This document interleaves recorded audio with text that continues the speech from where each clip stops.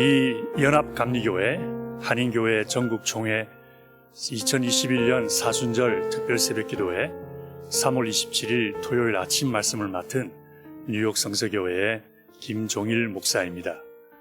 먼저 우리 하나님의 본문 말씀부터 보도록 하겠습니다.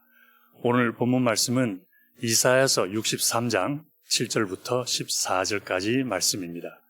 이사야서 63장 7절부터 14절까지 말씀 먼저 봉독해 드리도록 하겠습니다.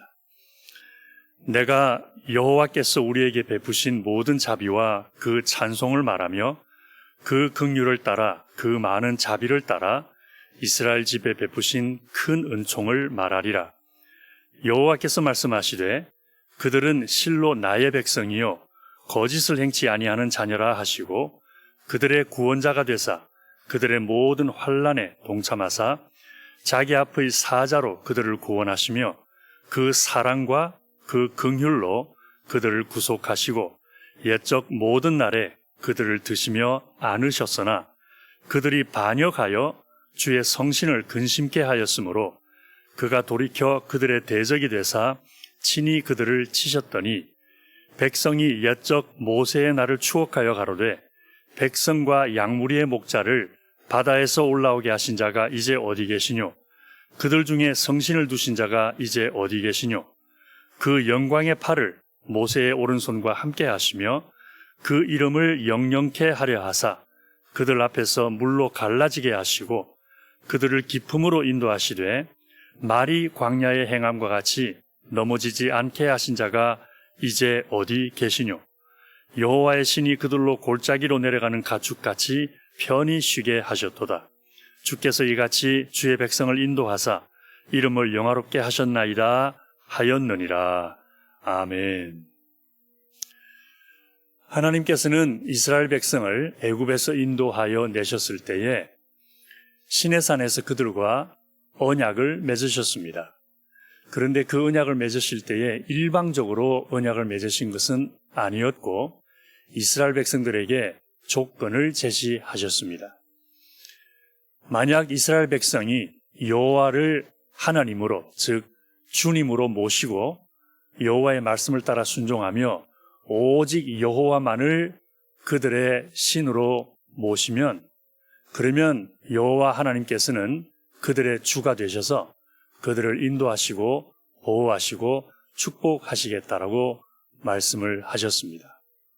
그래서 그 말을 들은 이스라엘 백성들이 그것을 좋게 여겨서 여호와를 그들의 주님으로 섬기며 오직 여호와만 참신으로 섬기겠다라고 하나님과 약속을 하게 됩니다. 그래서 언약의 백성이 되었습니다. 그래서 하나님께서는 이스라엘 백성들이 그렇게 하나님만을 주님으로 섬기고 참신으로만 섬기겠다는 그 약속하신 것을 보고 너무너무 기쁘셨습니다. 마음이 흡족하셨습니다. 그래서 오늘 본문 8절에도 보니까 이런 말씀이 있습니다. 그들은 실로 나의 백성이요 거짓을 행치 않는 자녀라 이렇게 말씀을 하셨습니다. 그만큼 하나님 마음에 기쁨이 되고 즐거움이 되었다는 것입니다. 그래서 하나님은 그 후로 이스라엘 백성을 향한 하나님의 하신 약속을 신실하게 지켜주셨습니다. 그들을 인도해 주셨고 보호해 주셨고 만나와 메추라기로 먹이셨고 신발과 옷이 헤어지지 않도록 축복해 주셨고 적들로부터 보호해 주시면서 젖과 꿀이 흐르는 가나안 땅으로 인도해 주셨습니다. 그런데 하나님은 이스라엘 백성을 향한 약속을 너무나 신실하게 지켜주셨는데 이스라엘 백성은 하나님을 향한 약속을 그만 지키지 못하는 일이 빈번하게 일어나게 되었습니다. 말씀에 순종하지 않았습니다. 하나님을 대적했습니다. 우상을 섬겼습니다. 하나님을 떠났습니다. 그러면서 하나님 마음에 큰 아픔이 되었습니다. 그래서 하나님께서 여러 차례 선지자들을 보내셔서 이스라엘 백성들을 권면하시기도 하고 경고하시기도 하고 또 때로는 크고 작은 심판을 베푸시면서 그들이 주님 앞에 회개하고 돌아올 것을 말씀을 해 주셨습니다. 그런데 이스라엘 백성은 하나님 앞에 나올 생각은 하지 않고 계속해서 주님을 떠나는 그런 일이 반복이 되자 하나님께서는 이스라엘 민족을 심판하시게 되었습니다. 그랬더니 이스라엘 백성들이 하나님 앞에 나와서 드디어 부르짖기 시작합니다. 여호와 하나님이 어디 계십니까?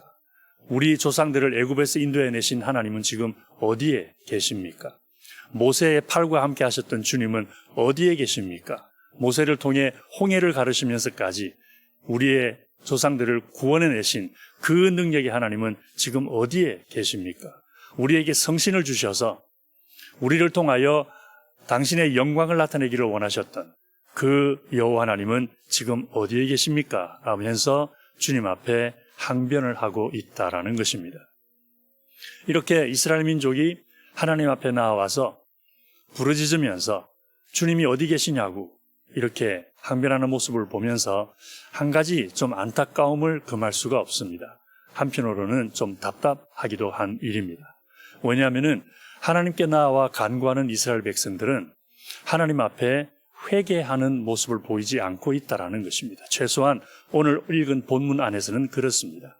하나님은 이스라엘 백성들을 향하여 죄를 짓고 있다 그러시면서 회개하고 돌아올 것을 수차례 말씀하셨습니다. 문제가 되는 것은 그들의 죄이기 때문에 그 죄를 가지고 주님 앞에 와서 죄를 회개하고 주님께로 돌아와야 하나님도 그들을 향한 주님의 축복의 약속의 말씀을 회복시켜 주실 수가 있다는 것을 수차례 말씀을 해주셨습니다. 그럼에도 불구하고 오늘 본문 안에서는 최소한 이스라엘 백성들은 하나님께 나와서 왜 자기들을 구원해 주시지 않느냐며 하나님을 향하여 마치 따지듯이 항변하는 모습은 보이고 있지만 정말 겸손한 마음으로 그들이 하나님 앞에 지은 죄를 회개하는 모습은 볼 수가 없다는 것이 안타깝다는 것입니다. 자, 그렇다면 이스라엘 백성들이 하나님 앞에 회개해야 할 죄는 무엇이라는 것입니까? 당연히 말씀에 불순종하고 하나님을 떠나고 우상을 섬긴 죄를 회개해야 되겠죠. 그런데 오늘 본문을 보면은 특별히 주님께서 두 가지 죄를 회개할 것을 말씀을 해 주십니다. 이런 말씀을 하셨습니다. 본문 10절에 그들이 반역하여 주의 성신을 근심케 하였다라고 말씀하고 있습니다. 여기 두 가지 죄. 첫 번째는 그들이 하나님을 반역했다라는 것입니다. 이 반역이라는 말을 NIV 영어 성경에는 rebel이라고 되어 있습니다. 이 rebel이라고 하는 말은 대적한다라는 의미도 있고 반란이라는 뜻도 있습니다. 그래서 얼마 전에 미 국회의사당을 점령했던 그 사람들을 가리켜서 어떤 매체에서는 rebel이라고까지 표현을 했습니다. 반란을 일으켰다라는 것입니다. 그래서 이스라엘 백성들이 하나님 앞에 회개해야 할 죄는 첫 번째는 하나님을 향하여 반란을 일으켰다는 것. 단순하게 하나님 말씀에 순종하지 않은 것이 아니라 단순하게 하나님을 외면한 것이 아니라 하나님을 향하여 반란을 일으킨 일이라는 것. 말씀에 순종하지 아니하고 우상을 섬기며 주님을 떠나는 행동은 단순하게 하나님이 원하시는 일을 하지 않는 것이 아니라 하나님을 향한 반란의 행위가 된다는 것. 그래서 그것을 회개해야 한다고 말씀하십니다. 두 번째는 조금 더 심각합니다. 두 번째는 성신을 근심케 했다라고 말씀을 하십니다. 여기서 근심케 했다라는 말을 NIV 영어 성경으로 보면은 grieve라고 하는 단어를 쓰고 있습니다. 이 grieve라고 하는 단어는 슬프다라는 뜻을 가지고 있습니다. 그래서 이스라엘 백성들은 하나님을 슬프게 했다, 하나님 마음을 아프게 했다라는 것이죠. 바로 이것을 회개해야 된다라고 말씀하십니다. 그래서 하나님 앞에 죄를 짓게 되면은 죄를 짓는 그것 자체로도 주님 앞에 죄가 되지만 그 지은 죄로 인하여 하나님 마음을 아프게 해드리고 슬프게 해드리는 죄까지 짓게 된다라는 것입니다. 그래서 하나님 앞에 회개할 때에는 이 두 가지를 함께 회개를 해야 온전한 회개가 될 수 있다는 것을 생각해 볼 수 있습니다. 우리가 살아가면서 겪는 일 중에 누군가가 나에게 기대하는 것이 있고 누군가가 나에게 바라는 것이 있는데 그것을 이루어 주지 못했을 때에 일을 잘못했음으로 인한 자책감도 있지만 그 잘못한 일로 인하여 나를 믿고 나를 신뢰하던 사람의 마음속에 실망감을 안겨주고 낙심하도록 해주고 심지어 아픔까지 안겨줬다라는 사실로 인하여 더 마음이 무거운 경우가 있습니다. 저도 그런 경험이 있습니다. 오래전에 대학을 다니면서 ROTC 훈련을 받게 되었습니다. 마침 한국 사람이라고는 저밖에 없는 그런 상황이었는데 그 ROTC 프로그램을 관장하시던 중령님께서 어쩐 일인지 특별히 저를 많이 아껴주셨습니다. 측은해서 그랬는지 어째서 그랬는지 영어도 시원찮은데 다른 미국 생도들과 함께 올려서 훈련을 받고 있는 저를 많이 보살펴 주시고 또 사랑해 주시고 이렇게 많이 안아 주셔서 참 따뜻함을 많이 느끼도록 해준 분이셨습니다. 그러던 중에 어느 날 3박 4일 동안 좀 중요한 작전 훈련을 나가게 되었습니다. 중령님께서 저를 조용히 부르시더니 이번 작전 훈련을 할 때에는 자네가 이런 일을 좀 맡아주었으면 좋겠네라는 말씀을 하셨습니다. 순간 깜짝 놀랐습니다. 너무나 중요한 역할이었기 때문에 그 일을 잘할 수 있을 자신이 없었습니다. 그래서 중령님께 이러저러 해서 자신이 없으니까 나보다 훌륭한 생도들 다른 사람들에게 일을 좀 맡겼으면 좋겠다라고 정중하게 거절을 했습니다. 그렇지만 중령님은 물러서지 않으셨습니다. 평소에 나의 훈련받는 모습을 보고 또 그런 여러 가지를 고려해 볼 때에 충분히 이 일을 잘 감당할 수 있을 것 같으니까 한번 용기를 내어서 해보라고 그래서 너무 간곡하게 부탁을 하셔서 할 수 없이 그 임무를 맡게 되었습니다. 하루가 지나고 이틀이 지나고 무사히 잘 넘어가는가 싶었는데 마지막 날 일을 저지르고 말았습니다. 그만 실수를 해버렸습니다. 훈련을 망칠 만큼 큰 실수는 아니었지만 그래도 기대했던 성과를 얻지 못할 만큼의 중대한 실수를 저지르고 말았습니다. 그때 맡은 임무를 제대로 수행하지 못했다라는 것에 대한 자책감도 굉장히 무거웠고 왜 좀 더 잘할 수 있었는데 조금 더 신경을 쓰지 않았을까, 조금 더 조심하지 않았을까, 왜 끝까지 pay attention to detail, 왜 끝까지 그렇게 잘 하지 못했을까라고 하는 그런 자책감 때문에 많이 힘들었지만 그보다도 더 힘들었던 것은 중령님 얼굴을 보는 것이었습니다. 나를 믿으시고 나를 신뢰하시고 나를 아끼시고 그래서 나에게 이 중대한 임무를 잘 수행할 것을 기대하시면서 맡겨주셨는데 그것을 수행하지 못함으로 인하여 중령님 마음에 실망을 안겨드리고 그 마음에 낙심케 했다라는 그것 때문에 얼마나 마음이 무거웠는지 모릅니다. 아마 우리들 중에 이런 경험들 한두 번쯤은 다 하지 않으실까 싶습니다. 사랑하는 부모님들이 그토록 기대하셨던 일인데 사랑하는 남편, 사랑하는 아내, 사랑하는 자녀들이 그토록 기대했던 일인데 그것을 내가 충족시켜주지 못함으로 인하여 그 일을 못했다라는 것 때문에라도 마음이 힘들지만 나를 믿고 나를 신뢰하고 나를 기다려온 사람들에게 실망감을 안겨주었다는 것 때문에 오히려 더 마음이 무거운 그런 경험들을 우리가 한두 번은 하지 않나 싶습니다. 그래서 하나님을 향한 것도 그와 같습니다. 하나님 앞에 죄를 짓는 그것 자체로도 우리의 마음이 무겁고 그 죄악된 행동 자체를 인하여 하나님 앞에 회개해야 되겠지만 동시에 또 오늘 본문에서 주님이 하시는 말씀은 그 행동뿐만 아니라 그 죄악된 행동으로 인하여 성신의 마음을 아프게 했다. 하나님의 마음을 아프게 해드렸다. 하나님을 실망시켜 드렸다라는 것으로 인하여서도 하나님 앞에 회개를 해야 된다는 것을 생각해 보도록 해주는 말씀을 오늘 본문에서 해 주신 것입니다. 실제로 성경을 읽어보면 예수 그리스도를 구주로 믿는 우리들이 어떤 목적으로 어떤 동기로 신앙생활을 해야 할 것인지에 대해서 주님께서 가르쳐 주신 말씀이 몇 군데 있습니다. 그 중에 우리가 잘 아는 성경구절 에베소서 5장 10절 말씀이 있지요. 하나님을 기쁘시게 할 것이 무엇인지 시험해보라. 하나님을 기쁘시게 할 것이 무엇인지 시험해보라. 여기서 시험이라고 하는 말은 테스트라는 말은 아닙니다. 영어 성경을 보면 find out이라고 되어 있습니다. 알아보라는 것입니다. 찾아보라는 것입니다.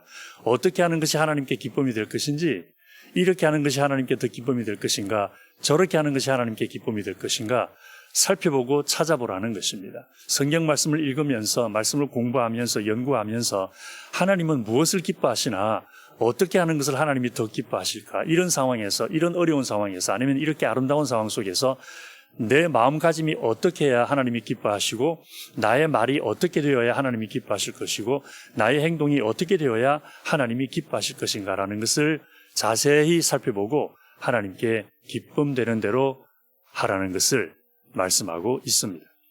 또 히브리서 11장 6절에도 이런 말씀이 나와 있습니다. 믿음이 없이는 기쁘시게 못하나니 하나님께 나아오는 자는 반드시 그가 계신 것과 또한 그가 자기를 찾는 자들에게 상 주시는 이심을 믿어야 할지니라. 이런 말씀이 있습니다. 많은 경우에 이 히브리서 11장 6절 속에서 우리는 믿음과 축복의 함수관계를 봅니다. 믿으면 하나님이 축복하신다. 믿으면 하나님이 상 주신다. 이렇게 믿음과 축복의 관계를 찾아볼 수 있습니다. 그런데 히브리서 저자는 믿음과 축복 이 두 가지 사이에 하나님의 기쁨이라는 것을 하나 더 집어넣고 있습니다. 히브리서 기자는 믿음이 없이는 축복을 받지 못하나니라고 하지 않았습니다. 믿음이 없이는 하나님의 평강을 누리지 못하나니 그러지 않고 있습니다. 믿음이 없이는 하나님을 기쁘시게 못하나니라고 말하고 있습니다. 그래서 우리가 하나님을 믿어야 하는 이유, 하나님이 살아계신 것을 믿어야 하고 하나님이 그를 찾는 자들에게 상준해 주심을 믿어야 하는 이유는 그것이 하나님께 기쁨이 되기 때문이라는 것입니다. 그래서 우리의 믿음이 하나님을 기쁘게 해드리고 우리의 믿음으로 인하여 기뻐하시는 하나님께서 그 기뻐하심을 따라 우리에게 복과 은혜와 평강을 내려주시는 이것이 믿음과 축복의 삼각관계라는 것입니다. 특별히 이 하나님의 기쁨과 관련해서 예수님이 하신 말씀이 있습니다.